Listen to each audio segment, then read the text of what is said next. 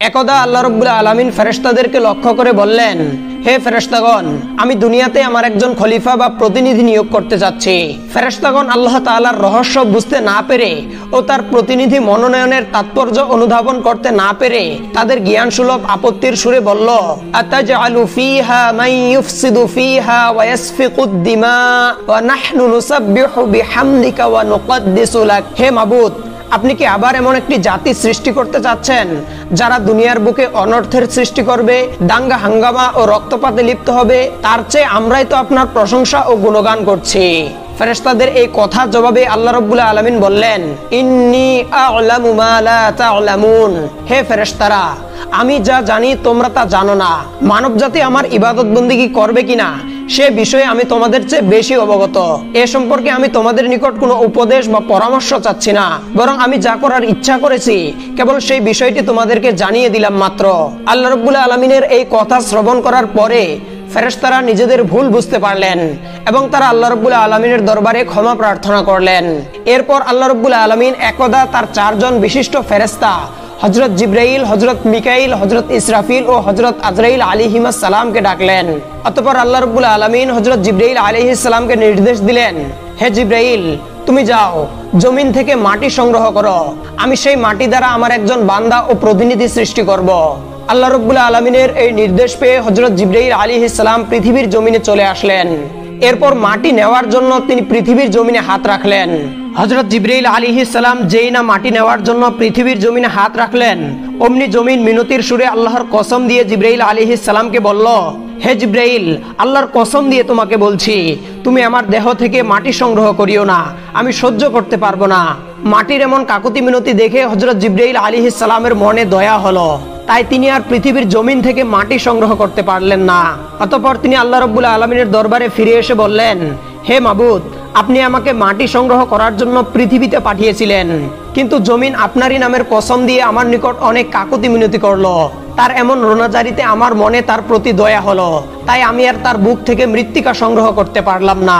হে মাবুদ, আপনি আমাকে এই অপরাধের জন্য ক্ষমা করুন। হযরত জিবরাইল আলাইহিস সালাম মাটি সংগ্রহ করতে অক্ষমতা প্রকাশ করায় আল্লাহ রাব্বুল আলামিন মিকাইল আলাইহিস সালামকে নির্দেশ দিলেন, হে মিকাইল, জিবরাইল তো আমার আদেশ পালন করতে পারলো না, সে পৃথিবী থেকে মাটি সংগ্রহ করতে পারলো না। এবার তুমি যাও পৃথিবী থেকে মাটি সংগ্রহ করে নিয়ে আসো। আমি সেই মাটি দ্বারা একজন মানুষ বানাবো, যেই মানুষ পৃথিবীতে আমার প্রতিনিধি ও খলিফা হবে। আল্লাহ রাব্বুল আলামিনের নির্দেশ পেয়ে হযরত মিকাইল আলাইহিস সালাম পৃথিবীতে অবতরণ করলেন এবং তিনি জমিনকে লক্ষ্য করে বললেন, হে জমিন, তুমি আমাকে সামান্য মৃত্তিকা দাও। আমি মহান প্রভু আল্লাহ তাআলার নির্দেশে তোমার দেহ থেকে একটু মাটি সংগ্রহ করার জন্য এসেছি। মিকাইলের কথা শুনে জমিন বলল, হে মিকাইল, যেই আল্লাহ তোমাকে আমার দেহ থেকে মাটি সংগ্রহ করার জন্য পাঠিয়েছেন, সেই আল্লাহর দোহাই দিয়েই আমি তোমাকে বলছি, তুমি আমার দেহ থেকে মাটি সংগ্রহ করিও না, আমি সহ্য করতে পারবো না। এই মাটি দিয়ে আল্লাহ রাব্বুল আলামিন আদম সন্তান তৈরি করবেন। তারা দুনিয়াতে এসে অনেক ফিতনা ফাসাদ করবে ও আল্লাহ তাআলার নফরমানি করবে। এরপরে আল্লাহ রাব্বুল আলামিন তাদেরকে জাহান্নামে প্রজ্বলিত করবেন। আর আমি যদি তাদের দেহে থাকি তাহলে আমাকেও জাহান্নামে প্রজ্বলিত হতে হবে, আর জাহান্নামের আগুন সহ্য করার ক্ষমতা আমার নেই। আল্লাহর কসম দিয়ে নিষেধ করায় হযরত মিকাইল আলাইহিস সালামের মনেও মাটির প্রতি দয়া হলো, তাই তিনিও আর পৃথিবীর জমিন থেকে মাটি সংগ্রহ করতে পারলেন না। এরপরে তিনি আল্লাহ রাব্বুল আলামিনের দরবারে ফিরে গিয়ে আরজ করলেন, হে মাবুদ, জমিন আপনার নামের কসম দিয়ে অনেক কাকুতি মিনতি করলো, এজন্য তার প্রতি আমার অন্তরে দয়ার সৃষ্টি হয়েছে। হে মাবুদ, আমি আপনার আদেশ পালন করতে সক্ষম হইনি, তার কারণে আপনি আমাকে ক্ষমা করে দিন। এরপরে আল্লাহ রাব্বুল আলামিন হযরত ইসরাফিল আলাইহিস সালামকে লক্ষ্য করে বললেন, হে ইসরাফিল, আজরাইল ও মিকাইল আমার আদেশ পালন করতে পারলো না, তুমি যাও জমিনের বুক থেকে মাটি নিয়ে আসো। আমি সেই মাটি দ্বারা একজন মানুষ সৃষ্টি করব, যে হবে পৃথিবীতে আমার খলিফা ও প্রতিনিধি। অতঃপর হযরত ইসরাফিল আলাইহিস সালাম পৃথিবীর জমিন থেকে মাটি নেওয়ার জন্য যেই না পৃথিবীর জমিনে হাত রাখলেন, অমনি মাটি হযরত ইসরাফিল আলাইহিস সালামকে আল্লাহর দোহাই দিয়ে বলল, হে ইসরাফিল, তুমি আমার বক্ষ থেকে মাটি সংগ্রহ করিও না। এই মাটি দ্বারা আল্লাহ রাব্বুল আলামিন আদম সন্তান তৈরি করবেন। সেই আদম সন্তানগুলি পৃথিবীর জমিনে এসে নফরমান হয়ে যাবে, আর সেই নফরমানের কারণে আল্লাহ রাব্বুল আলামিন তাদেরকে জাহান্নামের আগুনে প্রজ্বলিত করবেন।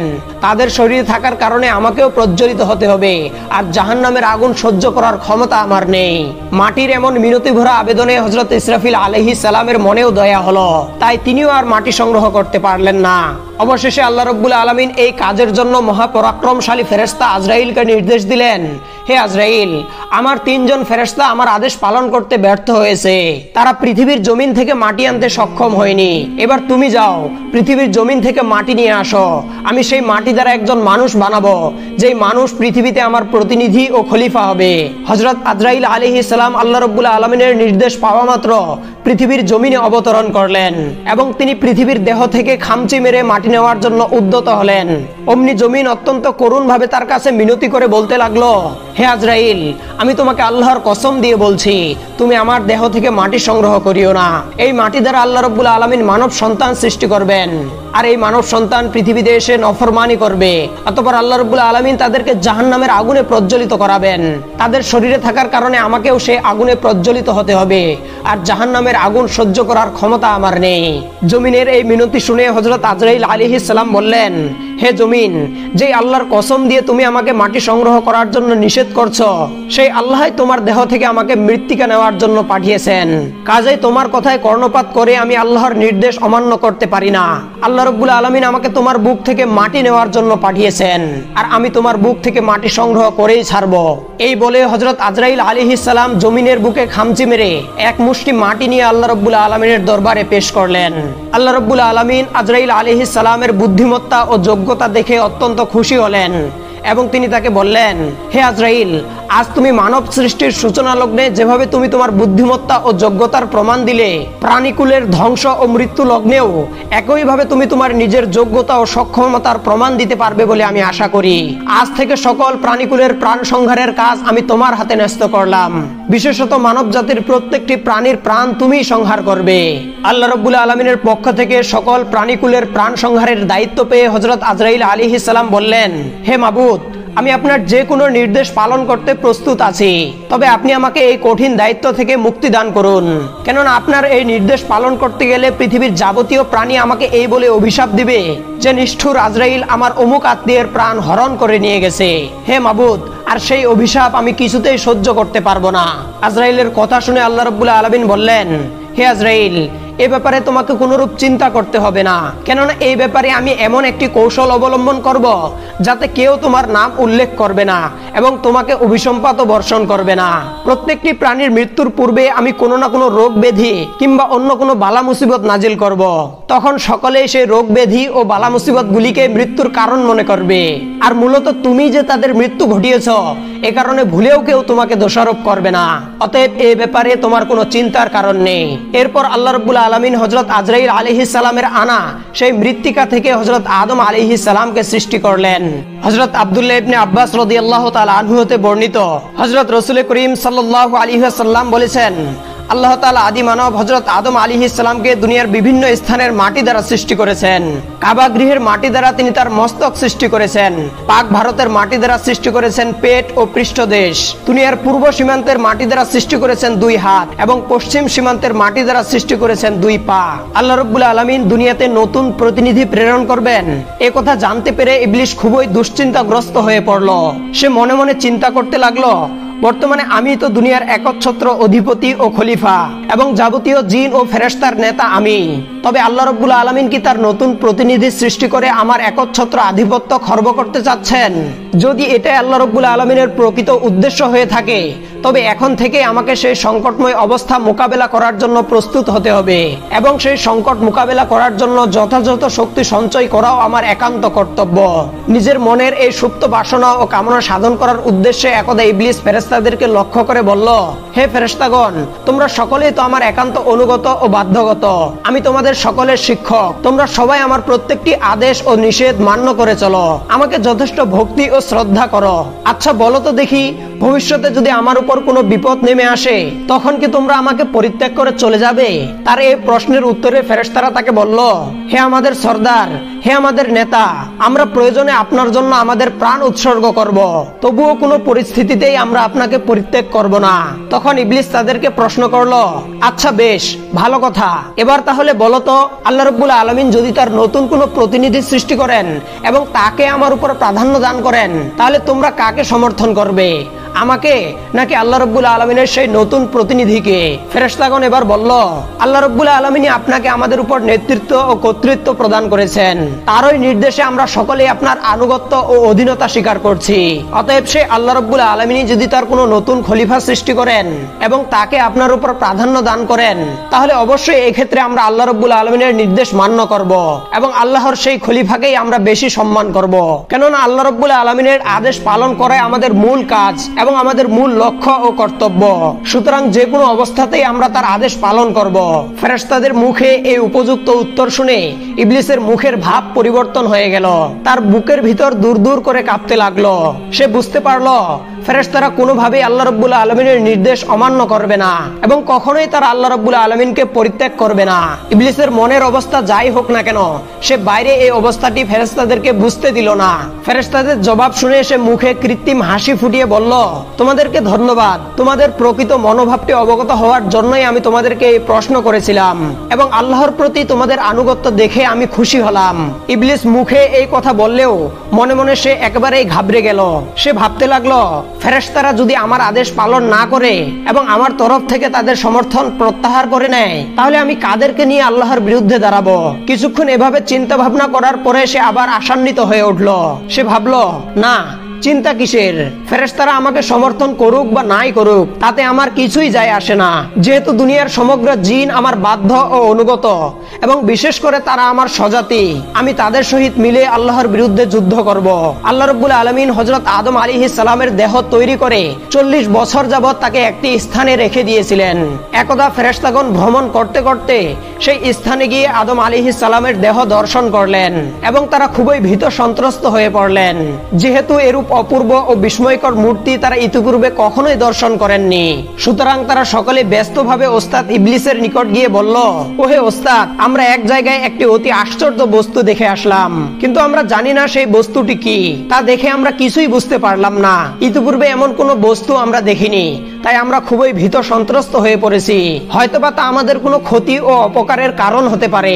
দয়া করে আপনি আমাদের সাথে চলুন এবং সেই বস্তুটির স্বরূপ প্রকাশ করে আমাদের অন্তরের ভীতি দূর করুন। ফেরেশতাদের আর্জি শুনে ইবলিস বলল, আচ্ছা চলো গিয়ে দেখে আসি সেই জিনিসটি কি, যার কারণে তোমরা এতটা ভীত সন্ত্রস্ত হয়ে পড়েছ। এই বলে ইবলিস ফেরেশতাদেরকে নিয়ে হযরত আদম আলাইহিস সালামের দেহ মূর্তির নিকটে আসলো। বেশ কিছুক্ষণ ধরে ইবলিস বাবা আদমের দেহ মূর্তি প্রত্যক্ষ করলো, কিন্তু তারপরও সে আন্দাজ করতে পারছিল না আল্লাহ রাব্বুল আলামিন এটাকে কেন সৃষ্টি করেছেন। অতঃপর ইবলিস হযরত আদম আলাইহিস সালামের দেহ মূর্তির উপর তার আঙ্গুল দ্বারা একটি আঘাত করলো।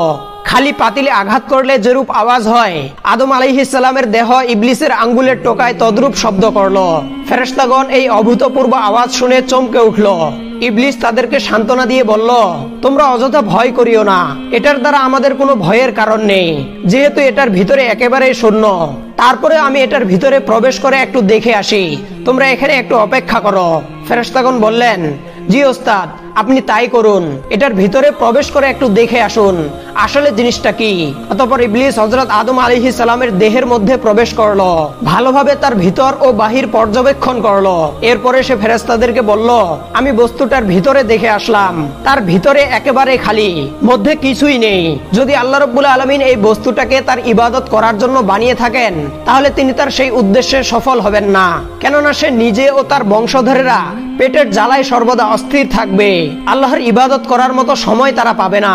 এই বলে ইবলিস ঘৃণায় হযরত আদম আলাইহিস সালামের দেহের মূর্তি দেখে থুথু নিক্ষেপ করলো। বর্ণিত আছে যে ইবলিসের সেই নিক্ষিপ্ত থুথু হতে দুনিয়ায় ঘৃণিত কুকুর জাতের সৃষ্টি হয়েছিল। যদিও ইবলিস প্রকাশ্যে ফেরেশতাদেরকে এই কথা বলছিল, কিন্তু তার মনের মধ্যে ভয়ের সৃষ্টি হয়ে গেল। মূলত ইবলিস আদম আলাইহিস সালামের মূর্তির ভিতর দেখে অন্য কিছু দেখতে পেয়েছিল, যা সে ফেরেশতাদের নিকট প্রকাশ করেনি।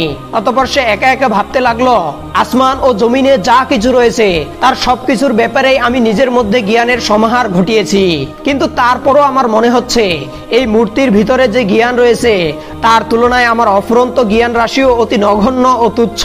তার গুণাবলীর তুলনায় আমার সকল গুণাবলী অতি তুচ্ছ।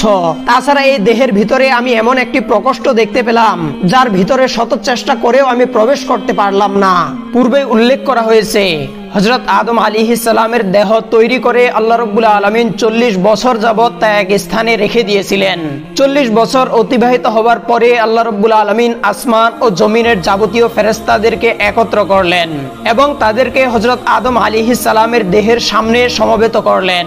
অতঃপর তিনি রূহকে আদেশ করলেন, হে রূহ, তুমি আদমের দেহের ভিতরে প্রবেশ করো। রূহ আল্লাহ তাআলার নির্দেশ অনুযায়ী হযরত আদম আলাইহিস সালামের দেহের অভ্যন্তরে প্রবেশ করলো, কিন্তু দেহের ভিতরে অবস্থান না করে সে পুনরায় বেরিয়ে আসলো এবং আল্লাহ রাব্বুল আলামিনের নিকট আরজ করলো, হে আল্লাহ, আপনি আমাকে এই দেহের ভিতরে প্রবেশ করতে বললেন, কিন্তু আমি তার ভিতরে গিয়ে দেখলাম তা গাঢ় আধারে ঢাকা রয়েছে। এই অন্ধকারাচ্ছন্ন দেহের মধ্যে আমি কিভাবে বসবাস করব? তাই আমি আবার বেরিয়ে এসেছি। হে প্রতিপালক, আপনি এর একটি প্রতিকার করুন। তখন আল্লাহ রাব্বুল আলামিন হযরত আদম আলাইহিস সালামের দেহে নূরে মুহাম্মদী সাল্লাল্লাহু আলাইহি ওয়াসাল্লাম সংযুক্ত করে দিলেন, আর এতে বাবা আদমের দেহের ভিতর ও বাহির উজ্জ্বল হয়ে উঠল। এবার তিনি রূহকে বললেন, হে রূহ, এবার যাও, তুমি আদমের দেহের ভিতরে প্রবেশ করো। তখন রূহ আনন্দের সহিত বাবা আদমের দেহের ভিতরে প্রবেশ করলো। বাবা আদমের দেহে রূহ প্রবেশ করার সঙ্গে সঙ্গে তার নড়ে চড়ে উঠল এবং তিনি জীবিত হয়ে একটি হাঁচি দিলেন। হাঁচি আসার সঙ্গে সঙ্গে আদম আলাইহিস সালাম পাঠ করলেন, আলহামদুলিল্লাহ, সকল প্রশংসা মহান আল্লাহ রাব্বুল আলামিনের জন্য। অমনি মহান আল্লাহ রাব্বুল আলামিনের তরফ থেকে জবাব আসলো, ইয়ারহামুকুমুল্লাহ, তোমার প্রতি আল্লাহর রহমত বর্ষিত হোক। ওই দিন হতে হযরত আদম আলাইহিস সালাম এবং তার বংশধরদের মধ্যে এই প্রথা জারি হয়ে গেল এবং কিয়ামত পর্যন্ত তা জারি থাকবে। কেউ হাসি দিলে সে বলে আলহামদুলিল্লাহ এবং যে তা শুনে সে বলে ইয়ারহামুকুমুল্লাহ। দেহে প্রাণ প্রবেশ করার পরে হযরত আদম আলাইহিস সালাম আরশে মুআল্লার দিকে দৃষ্টিপাত করলেন এবং তিনি সেখানে লেখা দেখতে পেলেন, লা ইলাহা ইল্লাল্লাহু মুহাম্মাদুর রাসূলুল্লাহ। তখন হযরত আদম আলাইহিস সালাম পরম বিস্ময়ের সাথে আল্লাহ রাব্বুল আলামিনকে জিজ্ঞাসা করলেন, হে প্রভু, আপনার নামের সহিত সংযুক্ত মুহাম্মদ নামটি কার, আমাকে বলুন তো। জবাবে আল্লাহ রাব্বুল আলামিন বললেন, হে আদম, মুহাম্মদ তোমারই বংশধরদের মধ্যে এক ব্যক্তি। সে সকল মানবকুল ও সকল রসুলদের মধ্যে সর্বশ্রেষ্ঠ ব্যক্তি। আল্লাহ রাব্বুল আলামিনের এই বাণী শ্রবণ করে হযরত আদম আলাইহিস সালাম মনে মনে ভাবতে লাগলেন, এটা তো বড়ই আশ্চর্যের ব্যাপার। পিতার চাইতে তার সন্তানের মর্যাদা বেশি হবে, এটা অত্যন্ত বেমানানো বটে। এভাবে হযরত আদম আলাইহিস সালামের মনে এক কূটতর্কের উদয় হলো। রব্বুল আলামিনের কাছে বাবা আদমের মনের এই অবস্থা আর অজানা থাকলো না। আর আল্লাহ রাব্বুল আলামিন এটাও জানতেন কেন আদম আলাইহিস সালামের মনে এই প্রশ্নের উদয় হয়েছে, কেননা তিনি হলেন আলিমুল গায়েব বা অদৃশ্যের জান্তা। অতএব তিনি ফেরেশতা জিবরাইল আলাইহিস সালামকে ডেকে বললেন, হে জিবরাইল, আদমের দেহের ভিতরে ইবলিস প্রবেশ করেছিল, সে কারণে আদমের দেহের অভ্যন্তরে কুপ্রবৃত্তির সৃষ্টি হয়েছে। তুমি এখনই তার অন্তর থেকে সেই কুপ্রবৃত্তিকে বের করে ফেলো, নইলে তা আদম এবং তার বংশধরদেরকে ধ্বংস করে দিবে। আল্লাহ রাব্বুল আলামিনের নির্দেশ অনুযায়ী হযরত জিবরাইল আলাইহিস সালাম আদম আলাইহিস সালামের দেহের ভিতরে প্রবেশ করলেন এবং তার অন্তর থেকে ইবলিসের রোপিত সেই ময়লাগুলি বের করে বেহেশতের একটি বিশেষ স্থানে পুঁতে রাখলেন। অচিরেই সেই স্থান থেকে একটি বৃক্ষ উৎপন্ন হলো, আর সেই বৃক্ষটি ছিল আমাদের নিকট পরিচিত গন্ধম বৃক্ষ, যেই বৃক্ষের ফল খাওয়ার কারণে হযরত আদম আলাইহিস সালাম বেহেশত থেকে বিতাড়িত হয়েছিলেন। ফেরেশতা জিবরাইল আলাইহিস সালাম কর্তৃক বাবা আদম আলাইহিস সালামের অন্তর থেকে ইবলিস কর্তৃক স্থাপিত কুরিপুসমূহ বহিষ্কৃত হলেও তার সামান্য একটা অংশ তখনও তার অন্তরের মধ্যেই ছিল, আর সেই সামান্য অংশ থেকেই মানব মনে নফসে আম্মারার সৃষ্টি হয়েছিল।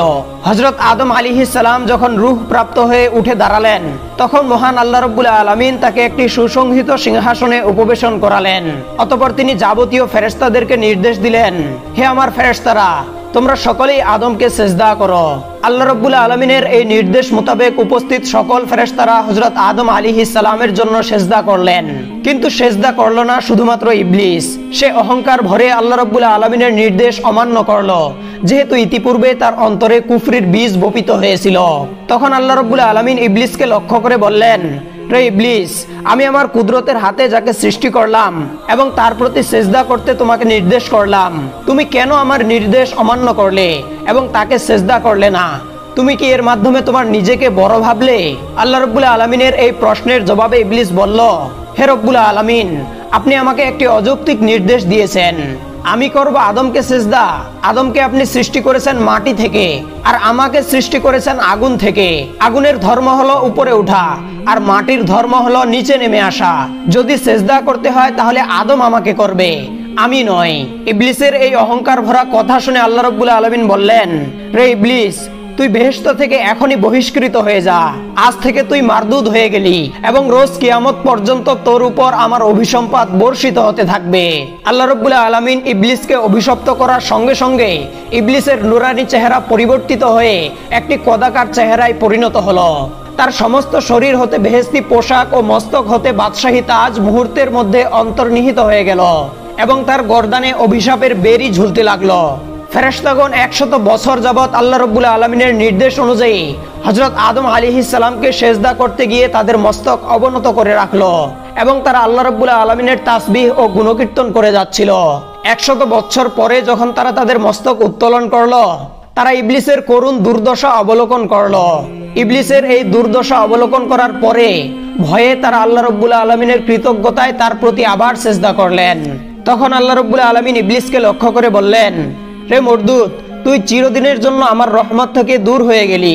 বেহেশত তোর জন্য নিষিদ্ধ হয়ে গেল। তুই এই মুহূর্তে বেহেশত থেকে বহিষ্কৃত হয়ে যা। ইবলিস বলল, হে মাবুদ, আমি সুদীর্ঘ লক্ষ লক্ষ বছর ধরে তোমার ইবাদত করে আসছি। এই ইবাদতের ফল কি আমি কিছুই পাবো না?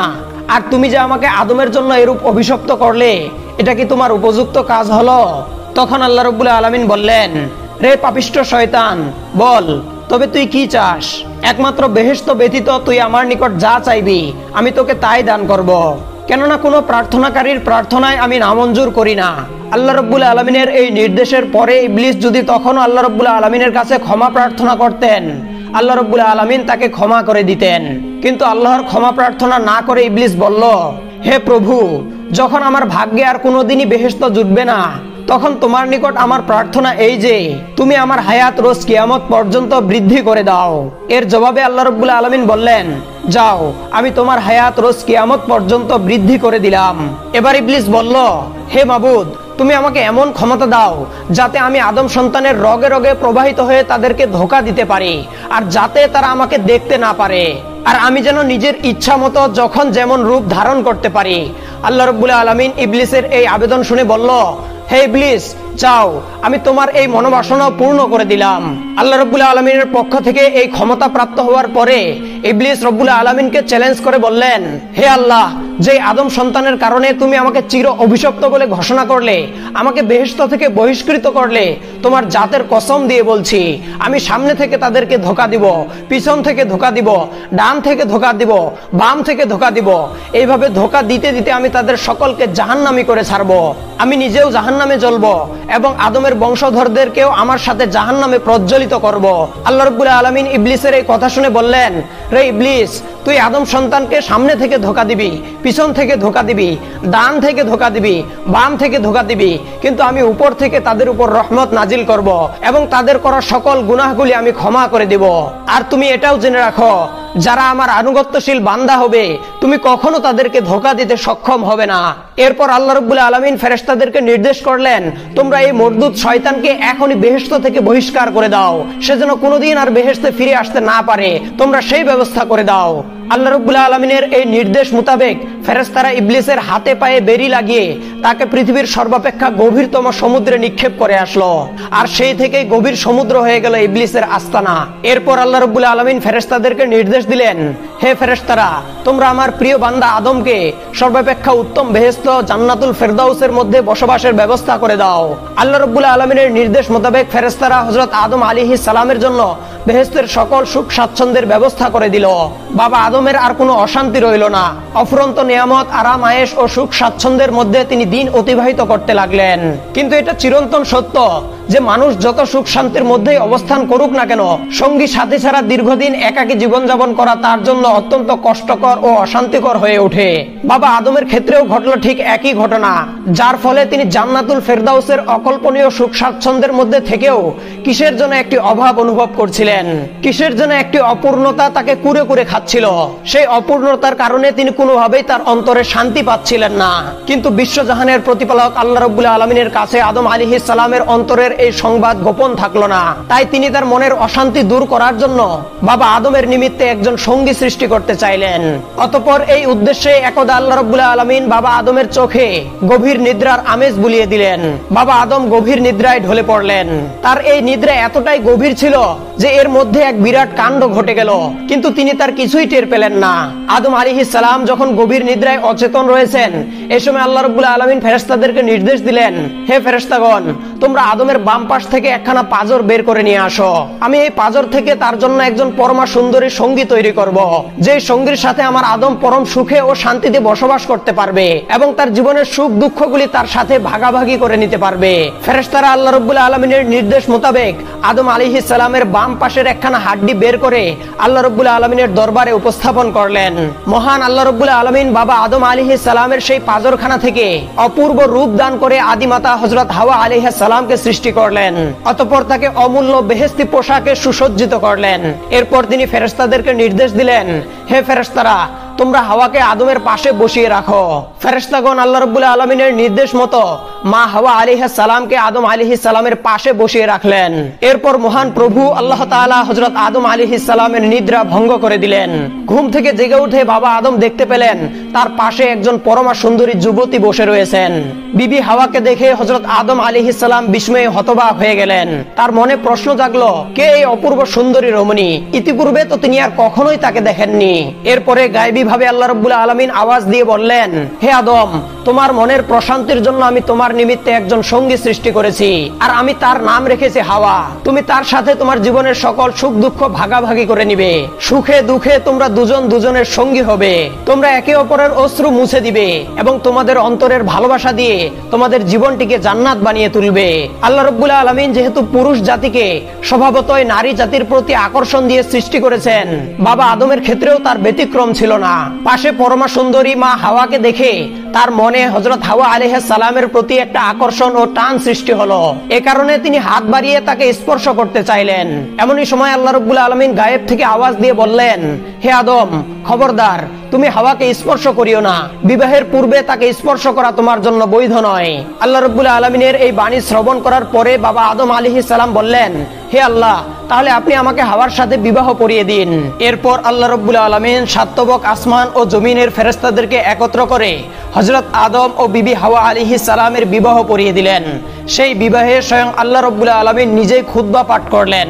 সেখানে তিনি তার নিজের বুজুর্গি ও বরত্বের কথা প্রকাশ করলেন। বিবাহ সম্পাদিত হওয়ার পরে হযরত আদম আলাইহিস সালাম বিবি হাওয়া আলাইহিস সালামের প্রতি আরো বেশি প্রণয়াসক্ত হয়ে পড়লেন। এ কারণে তিনি তাকে পুনরায় স্পর্শ করার জন্য উদ্যত হলেন। সাথে সাথে আল্লাহ রাব্বুল আলামিন হযরত আদম আলাইহিস সালামকে নিষেধ করে বললেন, হে আদম, খবরদার, মহারণা আদায় করার পূর্বে তুমি হাওয়াকে স্পর্শ করিও না, তোমার জন্য তা বৈধ হবে না। তখন হযরত আদম আলাইহিস সালাম রব্বুল আলামিনের দরবারে ফরিয়াদ করে বললেন, হে প্রতিপালক, আসমান জমিনে যত সম্পদ রয়েছে সবকিছুই তো আপনার, আমার তো কিছুই নেই, আমি তো নিঃস্ব ও ফকির, তাহলে আমি কিভাবে হাওয়ার মহারণা আদায় করব? তখন আল্লাহ রাব্বুল আলামিন হযরত আদম আলাইহিস সালামকে বললেন, হে আদম, তুমি আমার প্রিয় হাবিব সাল্লাল্লাহু আলাইহি ওয়াসাল্লামের উপরে ভক্তি ভরে 10 বার দরুদ শরীফ পাঠ করো, এতেই তোমার মহারণা আদায় হয়ে যাবে। তখন বাবা আদম বললেন, হে পরওয়ারদিগার, আপনি আপনার হাবিবের প্রতি আমাকে দরুদ শরীফ পাঠ করতে বললেন, দয়া করে যদি আপনি বলতেন আপনার সেই প্রিয় বান্দা কে যার প্রতি আপনি আমাকে দরুদ শরীফ পাঠ করতে বললেন। তখন আল্লাহ রাব্বুল আলামিন বললেন, হে আদম, সে তোমারই বংশধরদের মধ্যে একজন, সে হবে সকল মানব জাতি ও নবী রাসূলদের সরদার। বাবা আদম আলাইহিস সালাম বললেন, হে রব্বুল আলামিন, আমি যদি আমার সেই মহান সন্তানকে দেখতে পেতাম তাহলে আমার অন্তরে প্রশান্তি খুঁজে পেতাম। আল্লাহ রব্বুল আলামিন তখন তাকে বললেন, হে আদম, তুমি তোমার বৃদ্ধা আঙ্গুলির দিকে তাকিয়ে দেখো, তাহলেই তুমি তোমার সেই পুণ্যবান সন্তানকে দেখতে পাবে। তখন আদম আলাইহিস সালাম তার বৃদ্ধা আঙ্গুলের দিকে তাকিয়ে দেখলেন, আর সাথে সাথে প্রিয় নবী হুজুর আকরাম সাল্লাল্লাহু আলাইহি ওয়াসাল্লামের চেহারা মুবারক দেখতে পেলেন। অতঃপর বাবা আদম আলাইহিস সালাম ভক্তি সহকারে প্রিয় নবী সাল্লাল্লাহু আলাইহি ওয়াসাল্লামের উপর 10 বার দরুদ শরীফ পাঠ করলেন, আর এর মাধ্যমে আল্লাহ রাব্বুল আলামিন বিবি হাওয়া আলাইহিস সালামকে তার জন্য বৈধ করে দিলেন। অতঃপর আল্লাহ রাব্বুল আলামিন হযরত আদম ও বিবি হাওয়াকে গন্ধম গাছ দেখিয়ে বললেন, হে আদম, তুমি ও তোমার স্ত্রী জান্নাতে বসবাস করো, তোমরা যা ইচ্ছা জান্নাত থেকে ভক্ষণ করতে পারো, কিন্তু সাবধান, তোমরা এই গাছের নিকটবর্তী হবে না। যদি তোমরা এই গাছের ফল ভক্ষণ করো তাহলে তোমরা জালেমদের অন্তর্ভুক্ত হয়ে যাবে। আর তোমাদেরকে আমি আরো একটি বিষয়ে সতর্ক করছি, শয়তান তোমাদের প্রকাশ্য শত্রু, অতএব সব সময় তোমরা তার কাছ থেকে সাবধান থাকবে। এরপরে বাবা আদম ও মা হাওয়া আলাইহিস সালাম পরম শান্তিতে বেহেশতে বসবাস করতে লাগলেন। বাবা আদম ও মা হাওয়ার সুখ শান্তি দেখে শয়তানের আর সহ্য হচ্ছিল না। যেই আদমের কারণে সে বেহেশত থেকে বিতাড়িত হলো, সেই আদম পরম সুখে বেহেশতে বসবাস করবে, এটা তো শয়তানের কোনোভাবেই সহ্য হওয়ার কথা নয়। তাই সে চিন্তা করতে লাগলো কিভাবে আদমকে ধোঁকা দিয়ে বেহেশত থেকে বহিষ্কার করা যায়। আদম আলাইহিস সালামকে ধোঁকা দেওয়ার জন্য শয়তান পথ খুঁজতে লাগলো, এজন্য সে বেহেশতের আশেপাশে ঘোরাঘুরি করতে লাগলো। শয়তানের যেহেতু বেহেশতে প্রবেশ করার পারমিশন ছিল না, তাই সে এমন কিছু একটা খুঁজতে লাগলো যার মাধ্যমে সে বেহেশতের ভিতরে প্রবেশ করতে পারবে। দীর্ঘকাল অপেক্ষা করার পরে শয়তান একদা দেখতে পেল বেহেশতের দরজায় একটি ময়ূর বসে রয়েছে। ময়ূরটিকে দেখা মাত্রই শয়তান তার আসল সুরত পরিবর্তন করে একজন ফেরেশতার সুরতে তার সামনে এসে হাজির হলো। ময়ূরের কাছে গিয়ে শয়তান বলল, ভাই, আমি আজ দীর্ঘদিন যাবৎ বেহেশতের নাজ নিয়ামতের কথা শুনে আসছি। আমার মনের বড়ই বাসনা আমি সেই নাজ নিয়ামতপূর্ণ বেহেশতে একটিবারের জন্য ঘুরে আসব। তুমি কি আমাকে বেহেশতের ভিতরে যেতে সাহায্য করবে? ময়ূর বলল, আপনাকে আমি চিনি না এবং জানি না, আর অচেনা অজানা কোনো ব্যক্তিকে বেহেশতের ভিতরে প্রবেশ করানো সম্পূর্ণ নিষেধ, এজন্য আমি আপনার এই আরজি রক্ষা করতে পারছি না। ময়ূর যখন শয়তানের আরজি প্রত্যাখ্যান করে দিল, তখন সে মিনতির সুরে তাকে বলল, ভাই, একটি বার মাত্র আমাকে বেহেশতের ভিতরে নিয়ে যাও। আমার দীর্ঘদিনের আকাঙ্ক্ষা আমি বেহেশতকে একটি বার মাত্র পর্যবেক্ষণ করব। তোমরা সকলেই বেহেশতের ভিতরে থাকছো, বেহেশতের নাজ নিয়ামত ভক্ষণ করছো, কিন্তু আমি শুধু বাইরে থেকে বেহেশতকে প্রত্যক্ষ করে যাচ্ছি। তুমি যদি আমার স্থানে থাকতে, তুমি কি চাইতে না একটিবার বেহেশতের ভিতরে প্রবেশ করতে?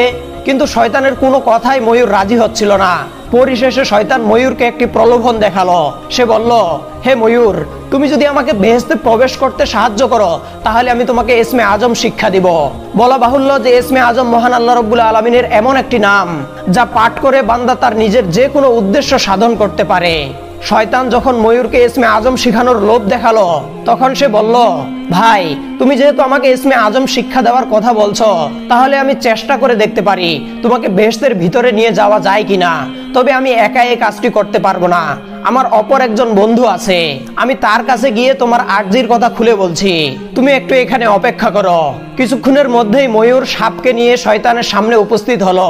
সাপ শয়তানকে দেখে বলল, কি হে ভাই, তুমি নাকি বলছো তোমাকে বেহেশতের ভিতরে প্রবেশ করিয়ে দিলে তুমি আমাদেরকে ইসমে আজম শিক্ষা দিবে? শয়তান বলল, তুমি সত্যই শুনেছ, তোমরা যদি আমাকে বেহেশতের ভিতরে প্রবেশ করতে সাহায্য করো তাহলে আমি তোমাদেরকে ইসমে আজম শিক্ষা দিব। আর তোমরা তো জানোই ইসমে আজমের মাধ্যমে তোমরা তোমাদের যে কোনো উদ্দেশ্য সাধন করতে পারবে। সাপ বলল, তোমার কথা যদি সত্যই হয়ে থাকে তাহলে আমি তোমাকে বেহেশতের ভিতরে প্রবেশ করতে সাহায্য করব, তবে তোমাকে এভাবে প্রকাশ্যে বেহেশতে নিয়ে যাওয়া সম্ভব নয়। তুমি একটা কাজ করো, আমি হা করছি, তুমি আমার মুখের ভিতরে ঢুকে বসো। অতঃপর সাপ হা করলো আর শয়তান তার মুখের ভিতরে ঢুকে বসলো। এরপর ময়ূর ছো মেরে সাপকে বেহেশতের ভিতরে নিয়ে গেল। সাপ আর ময়ূর শয়তানকে গন্ধম গাছের নিকট পৌঁছে দিল। কিন্তু এই কাজ করে তারা এতটাই ভীত সন্ত্রস্ত হয়ে পড়লো যে শয়তানের কাছ থেকে ইসমে আজম শিখার কথা তারা বেমালুম ভুলে গেল। এরপর তারা দ্রুত সেখান থেকে কেটে পড়লো। গন্ধম গাছের নিকট পৌঁছেই শয়তান কান্না জুড়ে দিল। ঘটনাক্রমে তখন বিবি হাওয়া আলাইহিস সালাম তার অদূরেই ঘোরাফেরা করছিলেন। শয়তানের কান্না শুনে তিনি তার পাশে আসলেন। যেহেতু তিনি এই বেহেশতের মধ্যে কোনোদিনও কারো কান্নার আওয়াজ শোনেননি, তাই তিনি অত্যন্ত আশ্চর্যান্বিত হয়ে গিয়েছিলেন। তিনি শয়তানকে জিজ্ঞাসা করলেন, হে আল্লাহর বান্দা, এই বেহেশতে তো সুখ শান্তির কোনো অভাব নেই, তাহলে তুমি কেন কান্না করছো? শয়তান বিবি হাওয়াকে বলল, হে বিবি হাওয়া, আমি তোমাদের পরিণতির কথা কথা চিন্তা করে কান্না করছি। আমি জানতে পেরেছি অচিরেই তুমি ও তোমার স্বামীর জন্য একটা ভয়ঙ্কর পরিণতি অপেক্ষা করছে। শয়তানের এই কথা শুনে বিবি হাওয়া অত্যন্ত ভীত সন্ত্রস্ত হয়ে পড়লেন। তখন তিনি তাকে জিজ্ঞাসা করলেন, তুমি এসব কি কথা বলছো? আমি তোমার কথা বিশ্বাস করি না। আমরা বেহেশতের নাজ নিয়ামতের মধ্যে রয়েছি, এই বেহেশতে কোনো দুঃখ দুর্দশা নেই, তাহলে কিভাবে আমাদেরকে ভয়ঙ্কর পরিণতি ভোগ করতে হবে? শয়তান তখন বলল, হে বিবি হাওয়া, তুমি হয়তো জানো না, কিছুদিনের মধ্যে আল্লাহ রাব্বুল আলামিন তোমাদেরকে বেহেশত থেকে বের করে দুনিয়া নামক একটা স্থানে পাঠিয়ে দিবেন। আর দুনিয়ার স্বরূপ সম্পর্কে তোমাকে বলছি শোনো। দুনিয়া এমন একটা কষ্টের জায়গা যেখানে নিজে থেকে উপার্জন করতে হয়, যেখানে রয়েছে রোগ শোক দুঃখ ও দুর্দশা, যেখানে গিয়ে তোমার সন্তানেরা মারামারি হানাহানি ও কাটাকাটি করবে, তারা একে অপরের রক্ত ঝরাবে। বিবি হাওয়া আলাইহিস সালাম বললেন, তোমার কথা যদি সত্যই হয়ে থাকে তাহলে তো তাই এক ভয়ঙ্কর সংবাদ। কিভাবে আমরা এই অবস্থা থেকে পরিত্রাণ পেতে পারি? শয়তান তখন বলল, আমি সেই সংবাদটি জানানোর জন্য এখানে এসেছি। তুমি হয়তো লক্ষ্য করেছো আল্লাহ রাব্বুল আলামিন তোমাদেরকে বেহেশতের সকল ফল ভক্ষণ করার অনুমতি দিয়েছেন, কিন্তু একটি মাত্র গাছের ফল ভক্ষণ করতে নিষেধ করেছেন, সেটি হলো গন্ধম গাছের ফল। তার কারণ সম্পর্কে কি তুমি জানো? বিবি হাওয়া বললেন, না, আমি জানি না কেন আল্লাহ রাব্বুল আলামিন আমাদেরকে গন্ধম ফল খেতে নিষেধ করেছেন। তবে যেহেতু আল্লাহ রাব্বুল আলামিন আমাদেরকে এই ফল খেতে নিষেধ করেছেন, তাই আমরা তার নিষেধাজ্ঞা অমান্য করি না। শয়তান বলল, হে বিবি হাওয়া, এখানেই তো কাহিনী। আল্লাহ রাব্বুল আলামিন জানেন তোমরা যদি এই গন্ধম গাছের ফল ভক্ষণ করো তাহলে তিনি তোমাদেরকে কোনোদিনও বেহেশত থেকে বের করতে পারবেন না। তোমরা দুইজন ফেরেশতায় পরিণত হবে। তাই আমি তোমাদেরকে পরামর্শ দিচ্ছি, তোমরা এই গন্ধম গাছের ফল ভক্ষণ করো। শয়তানের কথা শুনে বিবি হাওয়া বললেন, লা হাওলা ওয়ালা কুওয়াতা ইল্লা বিল্লাহ। তুমি কি কথা বলছো? আল্লাহ রাব্বুল আলামিনের আদেশ অমান্য করতে আমাকে প্ররোচিত করছো? আমি কোনোভাবেই তোমার এই কথা শুনবো না। আর তুমি যে সত্য বলছো তার কি কোনো গ্যারান্টি আছে? শয়তান বলল, হে বিবি হাওয়া, আমি যতগুলি কথা বলেছি তার প্রত্যেকটি হরফ সত্য। তুমি এবং তোমার স্বামী যদি আজ গন্ধম ফল ভক্ষণ না করো তাহলে অচিরেই তোমরা তোমাদের ভুল বুঝতে পারবে, আর তখন অনেক দেরি হয়ে যাবে। তাই তোমাকে আমি সুপরামর্শ দিচ্ছি, সময় থাকতে তুমি গন্ধম ফল ভক্ষণ করো এবং তোমার স্বামীকেও এই ফল ভক্ষণ করানোর ব্যবস্থা করো। এই বলে শয়তান সেখান থেকে কেটে পড়ল। শয়তানের কথায় বিবি হাওয়া আলাইহিস সালামের মন ভুলে গেল। তিনি চিন্তা করলেন, সত্যই যদি আল্লাহ রাব্বুল আলামিন আমাদেরকে বেহেশত থেকে বহিষ্কৃত করে এমন একটি জায়গায় রেখে আসেন যেখানে দুঃখ দুর্দশার কোনো অভাব নেই, তাহলে তো আমাদের জীবনে কঠিন এক দুর্দশা নেমে আসবে। অতএব এই দুর্দশা থেকে আমাদেরকে পরিত্রাণ পেতেই হবে। তখন তিনি গন্ধম গাছ থেকে দুটি ফল ছিঁড়ে নিলেন, একটি নিজের জন্য এবং অপরটি হযরত আদম আলাইহিস সালামের জন্য। অতঃপর হযরত হাওয়া আলাইহিস সালাম ফল দুটিকে নিয়ে বাবা আদম আলাইহিস সালামের কাছে গেলেন। এরপরে তিনি তাকে ইবলিসের কাছ থেকে শোনা সকল কথাগুলি খুলে বললেন এবং তিনি তাকে আরো বললেন, হে আদম, আসুন আমরা এই ফল দুটি ভক্ষণ করি। বিবি হাওয়া আলাইহিস সালামের কথা শুনে বাবা আদম আলাইহিস সালাম বললেন, হাওয়া, তুমি কি রকম সাংঘাতিক কথা বলছো? আল্লাহ রাব্বুল আলামিনের নিষেধাজ্ঞা অমান্য করার জন্য তুমি আমাকে প্রলুব্ধ করছো? বিবি হাওয়া আলাইহিস সালাম তখন বাবা আদমকে বললেন, হে আমার প্রাণের স্বামী, আপনি একটু ভেবে দেখুন, আমরা গন্ধম ফল ভক্ষণ করার কারণে আল্লাহ রাব্বুল আলামিন হয়তোবা আমাদের উপর কিছুটা নারাজ হবেন, কিন্তু আল্লাহ রাব্বুল আলামিন তো দয়ার সাগর। এরপরে যদি আমরা তার কাছে ক্ষমা প্রার্থনা করি তাহলে তিনি আমাদেরকে ক্ষমা করে দিবেন। এর মাধ্যমে আমরা আল্লাহর ক্ষমাও পেয়ে যাব, আবার বেহেশতে চিরদিনের মতো বসবাসও করতে পারবো। বাবা আদম আলাইহিস সালাম বিবি হাওয়ার কথা শুনে ভাবলেন, হাওয়া যুক্তিযুক্ত কথাই বলেছে। গন্ধম ফল খাওয়ার কারণে আল্লাহ রাব্বুল আলামিন যদি সত্যি আমাদের উপর নারাজ হন, তিনি যে দয়ার সাগর, পরবর্তীতে ক্ষমা চাইলে তিনি অবশ্যই আমাদেরকে ক্ষমা করে দিবেন। মূলত বাবা আদমের এই চিন্তা করাটাই ছিল তার জীবনের একমাত্র সিদ্ধান্তহীনতা। অতঃপর বাবা আদম ও বিবি হাওয়া দুজনে মিলে গন্ধম ফল ভক্ষণ করলেন, আর গন্ধম ফল ভক্ষণ করার সাথে সাথে তাদের শরীর থেকে জান্নাতের পোশাক খুলে পড়ে গেল, তারা উলঙ্গ হয়ে গেলেন। এরপর তারা তাদের লজ্জা স্থান ঢাকার জন্য জান্নাতের বিভিন্ন গাছের কাছে গিয়ে পাতা প্রার্থনা করতে লাগলেন, কিন্তু জান্নাতের কোনো গাছ তাদেরকে পাতা দিতে রাজি হলো না। পরিশেষে চন্দন ও অঞ্জির বৃক্ষ তাদেরকে পাতা দিতে রাজি হলো এবং সেই বৃক্ষের পাতা দিয়ে তারা তাদের লজ্জা স্থানকে ঢাকলেন। ইবলিসের প্রতারণায় পড়ে যখন বাবা আদম ও মা হাওয়া আলাইহিস সালাম গন্ধম ফল ভক্ষণ করলেন, তখন আল্লাহ রাব্বুল আলামিন অদৃশ্য থেকে আওয়াজ দিয়ে বললেন, হে আদম, আমি কি তোমাদেরকে বলিনি যে ইবলিস তোমাদের প্রকাশ্য শত্রু, তোমরা তার প্ররোচনা থেকে দূরে থাকবে, সব সময় তোমরা তার থেকে সাবধান থাকবে। তারপরও তোমরা আমার আদেশ অমান্য করে ইবলিসের প্ররোচনায় প্রলুব্ধ হয়ে গন্ধম ফল ভক্ষণ করেছ, আর এর মাধ্যমে তোমরা বেহেশতে বসবাসের উপযুক্ততা হারিয়েছ। এরপর আল্লাহ রাব্বুল আলামিন ফেরেশতাদেরকে নির্দেশ দিলেন, হে ফেরেশতারা, তোমরা যাও আদম ও হাওয়াকে দুনিয়াতে রেখে আসো। তারা দুজনে বেহেশতে থাকার উপযুক্ততা হারিয়েছে। আল্লাহ রাব্বুল আলামিনের নির্দেশে ফেরেশতারা হযরত আদম ও হাওয়া আলাইহিস সালামকে দুনিয়াতে রেখে আসলেন।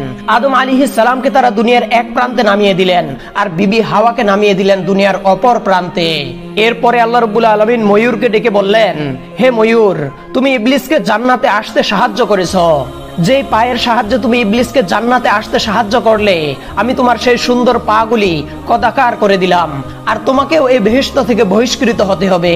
আমার নির্দেশ অমান্য করে তুমিও বেহেশতে বসবাসের উপযুক্ততা হারিয়েছ।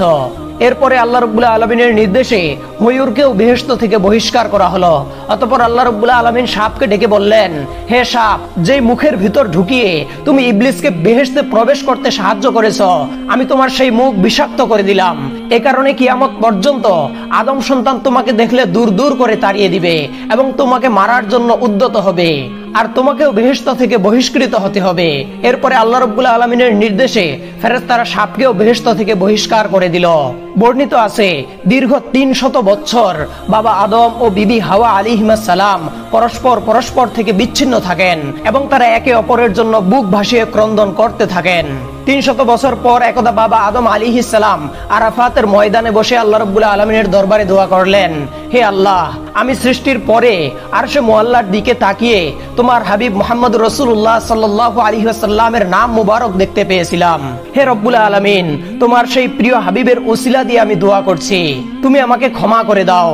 প্রিয় হাবিব মুহাম্মদ রাসূলুল্লাহ সাল্লাল্লাহু আলাইহি ওয়াসাল্লামের উসিলা দিয়ে দোয়া করার সঙ্গে সঙ্গে আল্লাহ রাব্বুল আলামিন গায়েব থেকে আওয়াজ দিয়ে বললেন, হে আদম, আজ থেকে 300 বছর পূর্বে বেহেশতে থাকা অবস্থায় তুমি যদি এই নামের উসিলা দিয়ে দোয়া করতে, তাহলে আমি তোমাকে ক্ষমা করে দিতাম। আর আজ যেহেতু তুমি আমার হাবিবের উসিলা দিয়ে আমার কাছে দোয়া করেছ, তাই তোমার গুনাহ আমি ক্ষমা করে দিলাম। মুনাজাত শেষ হওয়ার পরেই বাবা আদম আলাইহিস সালাম দেখতে পেলেন বিবি হাওয়া আলাইহিস সালাম আরাফাতের ময়দানের এক প্রান্ত থেকে তার দিকে এগিয়ে আসছেন। দূর থেকে কোনো একজন মানুষের প্রতিচ্ছবি লক্ষ্য করে বাবা আদম আলাইহিস সালাম তার দিকে এগিয়ে যেতে লাগলেন। কাছে গিয়ে তিনি দেখলেন এটা বিবি হাওয়া। দীর্ঘ 300 বছর অপেক্ষার পরে বাবা আদম ও বিবি হাওয়া আলাইহিস সালামের মাঝে পুনরায় মিলন ঘটেছিল। প্রিয় দর্শক, এই ছিল আমাদের আদি পিতা হযরত আদম ও বিবি হাওয়া আলাইহিস সালামের সৃষ্টি ও তাদের জান্নাতে বসবাসের কাহিনী। আল্লাহ রাব্বুল আলামিন আমাদেরকে এই কাহিনী থেকে শিক্ষা লাভ করে আমাদের জীবনে আমল করার তৌফিক দান করুন। আমিন।